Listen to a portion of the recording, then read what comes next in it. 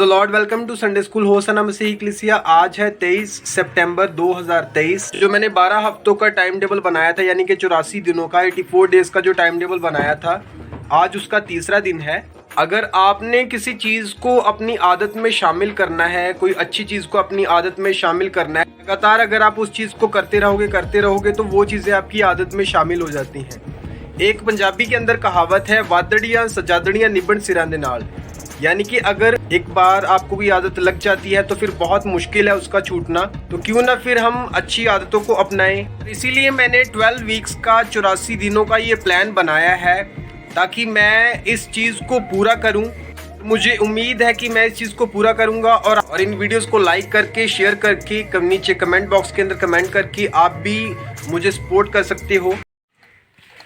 और अभी मैं जा रहा हूँ बैंक, एक छोटा सा काम है। और जब भी आप सफ़र करें तो हेलमेट ज़रूर पहनें, क्योंकि ये आपकी सेफ्टी के लिए बहुत ज़्यादा ज़रूरी है।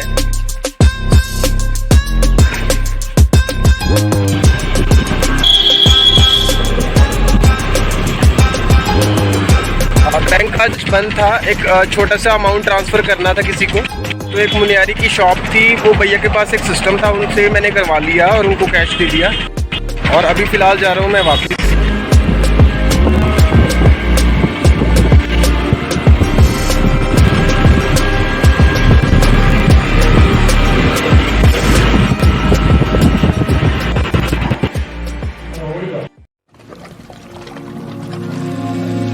आज मैंने गीगल नाम के ऐप से ये बुक की ऑडियो समरी सुनी, द ड्रीम ऑफ स्वराज, जो कि 3 पार्ट्स के अंदर गिवन है।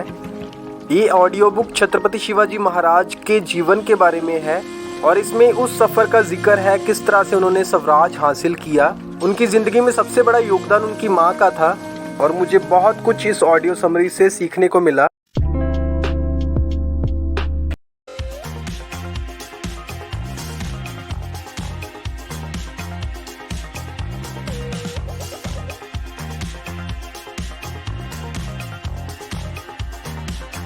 एक इम्पॉर्टेंट प्लेस का नाम यहाँ पे बताया गया है, can PV Sindhu rediscover her rhythm in Hangzhou. तो अभी मैं आपको बताऊंगा हैंगजू नाम का ये प्लेस है न्यूज़ के अंदर क्यों है।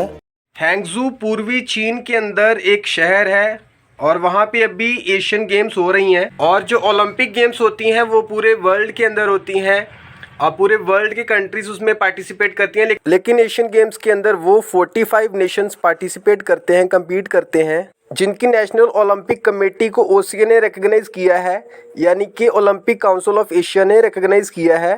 एशियन गेम्स 1951 में स्टार्ट हुई थी और इसे सबसे पहले न्यू दिल्ली ने, यानी कि हमारे देश की राजधानी ने इसे होस्ट किया था। ये गेम्स हर 4 साल बाद होती हैं। 2018 में ये गेम्स जकार्ता के अंदर हुई थी, इंडोनेशिया के अंदर, और अभी जैसे हैंगजू के अंदर हो रही है तो 2026 में, यानी कि 4 साल बाद नगोया के अंदर होंगी एशियन गेम्स। और नगोया जापान का एक शहर है।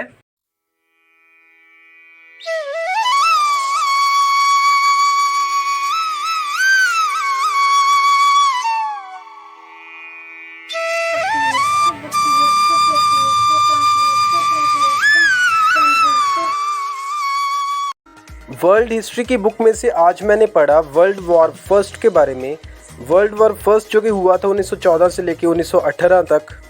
उसके बाद मैंने उन इवेंट्स के बारे में पढ़ा जिसकी वजह से वर्ल्ड वॉर 1 की शुरुआत हुई थी।